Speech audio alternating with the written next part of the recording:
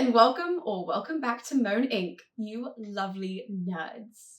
If you've never seen my face before, this is the first time that you're tuning in, then hello! My name is Erica, and it is a pleasure to have you joining me today on the channel. Because for today's video, as you can see from the title, we are going to be chatting about all things Anna Huang's Kings of Sin series. But before we can get into that, please don't forget to hit the subscribe button and the bell icon so that you know every single time I post in the future. And now that you've so kindly done that, let's get into the video. So just to kind of start off and explain what we're going to be doing today, I have previously done a video looking into the Twisted series by Anna Huang because there were so many teeny tiny nods to Greek mythology that I thought I would sit down and just kind of briefly explain what all of those were. There were lots of nods to Venus and Aphrodite from both Roman mythology and Greek mythology and things kind of like that, right? So they're very simple nods, but I thought that it would probably be beneficial considering I assume a lot of people read those books and maybe it goes over their head, maybe they don't really notice it. But I'm always looking for these little notes to the ancient world because I think that's how so many people get their start into the ancient world, by hearing it so many times, by wanting to know what all these things are. And so it's my job, placing myself on the internet, to really find them in pop culture wherever I can. So because that video did really well, I wanted to continue this with the Kings of Sin series. However, just like in that video, I do want to let you guys know I'm aware that these are not retellings. I am aware that these are not based on ancient history. I do not think a lot of these were really like consciously written in to add in anything historical to the series. They are just there as like similes or notes, but that's not going to stop me. Now, of course, the series is not finished, because if you guys are tuning in and you don't know what the Kings of Sin series is, it is a billionaire steamy romance series that is written by Anna Huang, and it is following the idea of the 7 deadly sins. So we're not finished yet, right? As you guys can see, we have 4 books that are out. There are obviously 7 deadly sins. We've got King of Wrath, King of Pride, King of Greed, and King of Sloth. Next year, we will be getting King of Envy, and then there aren't release dates for the other 2, but they are King of Gluttony and King of Lust. So if I find any more in those, then I'll sort of do add-on videos after this one. But in saying all of that, let's get into King of Wrath. Ruthless, meticulous, arrogant. Dante thrives on control, both personally and professionally. The billionaire CEO never planned to marry until the threat of blackmail forces him into an engagement with a woman he barely knows. Vivian, jewellery heiress and daughter of his newest enemy. It doesn't matter how beautiful or charming she is. He'll do everything in his power to destroy the evidence and their betrothal. There's only one problem. Now that he has her, he can't bring himself to let her go. Elegant, ambitious, well-mannered. Vivian is the perfect daughter and her family's ticket into the upper echelons of high society. Marrying a blue-blooded Russo means opening doors that would otherwise remain closed to her new money family. While the rude, elusive Dante isn't her idea of a dream partner, she agrees to the arranged marriage out of duty. Craving his touch was never part of the plan, and neither was the worst thing she could possibly do: fall in love with her future husband. So the first note that I found is 3/4 of the way down page 47, where it reads, "She wore the same lipstick from the exhibition, bold, red, and seductive, like a siren's call amidst a sea of tranquil calm." So the sirens in mythology are really fascinating creatures, and I think it's because when it comes to our modern perspective of sirens, whenever we hear sirens and whenever we see modern depictions of sirens, they tend to be these really beautiful or scantily clad women who, just based on what they look like, are luring men, you know, and that's sort of what is alluded to in a lot of these romance books when they write about sirens. It is the idea that there are just these beautiful, beautiful women. But in the ancient world, sirens were not these incredibly beautiful women, and it's actually their voices that would be the luring or seductive part of them. Now, the sirens, when we look at the ancient texts, they are specifically sea nymphs who lured sailors to their death with their bewitching song, right? So it's the singing voice that would get these sailors to jump off of their boats, drown, and it was this horrifying thing that is written about in so many different myths. Only a select number of heroes actually meet the sirens, but they didn't look like women. Again, it was their song that would get them off the boat, and actually the visual of the sirens was that they were like these women birds. That was a horrible way of describing them. They basically had like a bird body. They look kind of like a chicken body, but then they had female heads. So this is not what we tend to see. This is not like the mermaid kind of style of siren that develops much, much later. This is very much focusing on a song. And we see this actually in two different myths most famously. The first one is in Homer's Odyssey, where Odysseus and his men, they are on the boat and they have to go by the Sirens' island. And Circe, because they have just come from Circe's island, she tells them to plug their ears with beeswax so that they don't have to listen to the song, because otherwise they are all jumping off the boat and they are all dying, and Odysseus needs to get home. Now, in that story, Odysseus has his men tie him to the mast because he does want to hear the siren song, and if you guys haven't read the Odyssey, then this won't be famously to you, but this is very, very famous in mythology. He, basically is like struggling against the bonds and he wants to jump off the side of the boat and his men do not let him, obviously because he does end up making it home. But he's not the only person who manages to survive, or not the only ship who manages to survive the sirens, but also we then see in the Argonautica that the boat has to sail by the sirens with Jason and all of the men as they are going to fetch the Golden Fleece in Colchis. And actually that time there's no beeswax involved, but they do have Orpheus, who's a singer on board, is what I meant to say. And Orpheus just sings louder than the sirens. That's always one of my favorite notes from Greek mythology, because I'm like, who would have known that if you just scream over the sirens, their song doesn't affect you? Like, they're actually a very easy monster to avoid when you think about it that way. But either way, that's not the point of this video. The second note that I found comes on page 117, and it's about a quarter of the way down the page, where it reads, Kai's a fan of Greek mythology, and our discussion about Andromeda the myth turned into one about astronomy. Now, the natural question to that is, who or what is Andromeda? Now, Andromeda is the part of the Perseus myth, so Perseus and Medusa. She's part of that myth that is often forgotten in the modern world. Like, most people are not actually talking about how she's attached onto that myth, because that story is one narrative. So Perseus is sent to go to get to the head of Medusa, to get the head of the Gorgon, bring it back in order to save his mother from marrying this like horrible, gross king that we don't like. Perseus goes to do this, and on his way back, he takes a detour and he encounters Andromeda. Legendary Princess Andromeda is a mortal in Greek mythology. Her parents are the king and queen, so either King Cepheus or Cepheus. I was taught Cepheus. I was taught a hard C. You decide. It doesn't, honestly, to me, it doesn't matter. Just pick one as long as you can spell it. That's the most important thing. And her mother was Queen Cassiopeia. Now, Andromeda's fate is sealed when Cassiopeia does this horrible thing and she basically brags that Andromeda's more beautiful than the Nereid sea nymphs, which is a big no-no in Greek mythology. You can't be bragging that your mortal offspring, or you as a mortal, is better than any of the gods.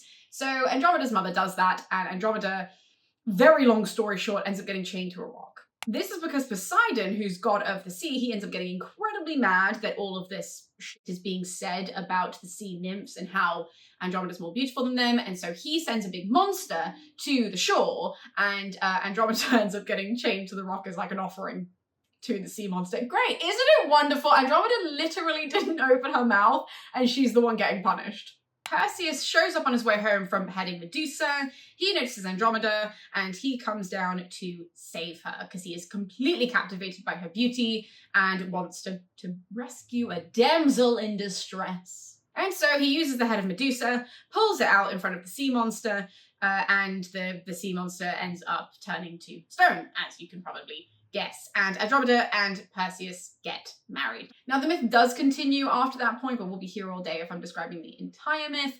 But that is essentially who Andromeda is. Now, that really isn't likened to any character in particular in this, but just that little note, considering Andromeda is not explained any further than that. And a lot of these Greek myths end up becoming constellations, which is why it makes sense that that would then transfer the conversation from mythology into astronomy. So there you go. That is our note on, what page was it again? Page 117, but it's not the only one in this book. That actually, if you jump to page 175, you can see about halfway down the page, Dante says, "Look who's talking. Kai's idea of fun was translating academic text into Latin for no reason other than he was a show-off and bored as hell.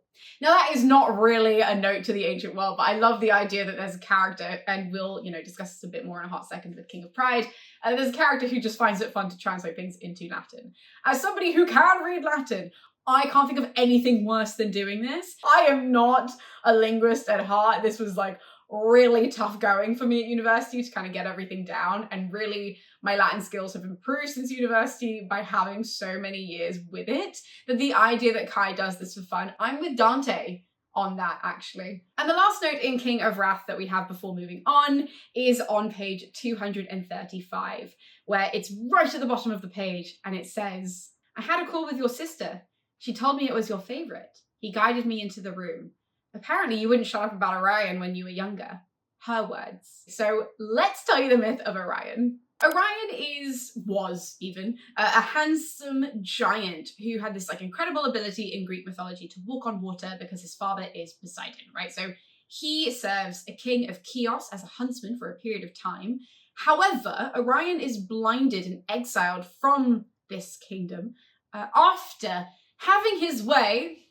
Please do read in between the lines of that, because I keep getting demonetized, not totally demonetized, but punished monetarily on YouTube for you know what, fuck it, I don't even care, for using the word raped, right? So he rapes this young woman from this kingdom, and not just any young woman, the daughter of the king. I don't know how Orion thought this was going to go, but hey, he ends up getting exiled, rightfully so, because of this. Orion travels across the sea to Lemnos, where he asks Hephaestus to help him to recover his sight, right? Because remember, he's blind. Hephaestus decides to help him. This then ends up being successful. Orion can see again, and he ends up settling on an island where he ends up becoming a hunter for the goddess Artemis. And this is probably the most famous part of his mythology. So the island that he settles on is either Delos or Crete. It's one or the other. It does change from myth to myth. And he ends up dying, essentially, which is why he ends up becoming the constellation Orion. Now, the reason why he ends up dying, again, it changes from myth to myth. Reason changes from myth to myth. There is one that is probably one of the most popular ones, which is that he wanted to marry Artemis. Apollo does not like the sound of this because Apollo is Artemis's twin brother, but also Artemis has sworn a life of chastity, right? She has zero interest in men, and so Apollo shoots him when he's swimming one day, etc., etc., etc., right? The whole point is that you know that he was a hunter, and he ends up becoming a constellation because Artemis puts him in the night sky. Those are all the nods that I saw in King of Wrath. So let's move on to King of Pride, which is Kai's book. So there are a couple of nods in this one because, as you heard in King of Wrath, we have the mention of Kai, who really, really likes Greek mythology, and he does all of the translating of his favorite books into Latin. So there are quite a few nods in this book. But before we get into it, let me read you the blurbs that we're all caught up. Reserved, controlled, and proper to a fault, Kai Young has neither the time nor inclination for chaos, and Isabella, with her purple hair and inappropriate jokes, is chaos personified. With a crucial CEO vote looming and a media empire at stake, the billionaire heir can't afford the distraction she brings. Isabella is everything he shouldn't want, but with every look and every touch, he's tempted to break all his rules and claim her as his own. Bold, impulsive, and full of life, Isabella Valencia has never met a party she doesn't like, or a man she couldn't charm, except for Kai Young. It shouldn't matter. He's not her type. The man translates classics into Latin for fun, and his membership in an exclusive club where she bartends means he's strictly off limits. But she can't deny that beneath his cool exterior is a man who could make her melt with just a touch. No matter how hard they try, they can't resist giving into their forbidden desires, even if it costs them everything. So the first two nods that I found in this book, we've already really discussed in King of Wrath. So just to kind of very quickly gloss over them, we have the note of the Latin translation on page 5. Yes, that early, Kai seems to mention, or want to mention, that he translates books into Latin, which I think is very bizarre, coming from a classicist. Then if you jump to page 14 and 15, we again have two notes of sirens. So the first one is on page 14, where it says, "Still, there was something about her that drew me in like a siren calling to a sailor." And page 15, "I was well versed enough in Greek mythology to understand the dreadful fates that awaited sailors lured in by the siren's song." So we're not going to dwell on those because, again, we've already discussed them. So instead, please, class, could you jump to page 85? 3. And about halfway down the page, it reads, "This branch is so different from the London chapter." Clarissa swept her eyes around the gilded ballroom. Last year's gala was focused on the Roaring Twenties. This year's paid homage to ancient Rome, complete with towering marble columns, a miniature Colosseum, and free-flowing wine. Now, there obviously isn't too much to say about that, but I loved the idea that you have Kai who translates Latin, and then you've got this whole ball that is then dedicated to ancient Rome. They've got a nice miniature Colosseum. If you guys don't know what the Colosseum is, I actually was just there, so I'm going to pop up a bunch of my Colosseum photos because it is absolutely incredible. It is the amphitheatre where they would have had all of the gladiator fights, in case you guys are not aware. And also, this is such good timing because Gladiator 2 is coming out this month, and I am so excited. And actually, further explaining the ball, there is a note on page 85. "In a rare change of pace, Isabella spotted me before I could overhear her talking about something inappropriate.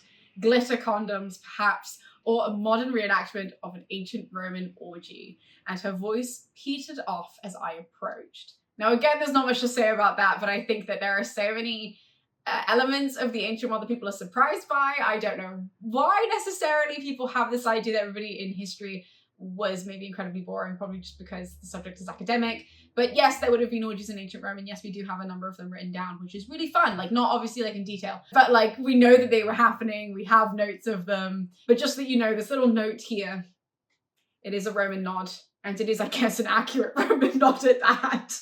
But if we jump ahead to page 89, there is a note about ancient Greece. And again, this is just in passing.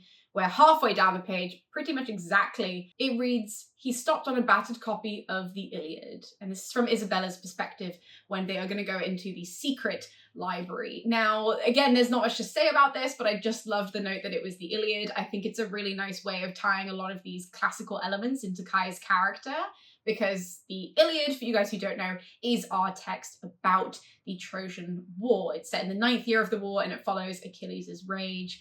As he is disrespected by Agamemnon, he sits out of the fighting, and it is really our little window into 2 months of the war. In case you guys are curious, by the way, if anybody wants to read the Iliad, it is incredibly fun. People don't tell you how funny the book is, how heartbreaking it is, how many emotions you have whilst reading that incredible poem from ancient Greece. I have a whole series here where I dive into each and every chapter to help you guys read it as well, because it is my favorite book ever. And I love that that was the text that was just noted as being on the shelf, which gives Isabella and Kai access to this secret library, because he like pulls the book and then the door opens. One of those classic moments. Now, the last note that I spotted is on page 184. And this is something that definitely goes over so many people's heads, because we hear it said all the time in the modern world that people don't really notice that this is an ancient nod.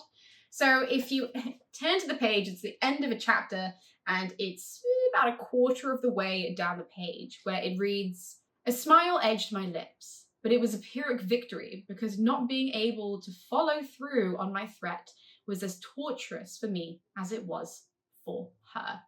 Now, in order not to get into too much Roman history and military history specifically, I think that we're just going to really touch on who and what Pyrrhic victory the phrase comes from, which is actually named after a man in the ancient world, and this is King Pyrrhus of Epirus, or Epirus. And he, for, all intents and purposes, to make this as short as possible, he suffers heavy losses when defeating the Romans in 279 BCE. Now, he led a Greek force of about 25,000 soldiers, about that, like 20 elephants and all of that, to defend this particular Greek colony from the Romans as the Romans are descending down into Italy, because the Romans obviously start on the plot of land that is Rome, but they expand the Roman Empire, and before they go overseas, as they're going down to the south of Italy, they come across these Greek colonies, and Pyrrhus is defending one of them. Now, he wins the first 2 battles at Heraclea in 280 BCE and in Asculum in 279 BCE,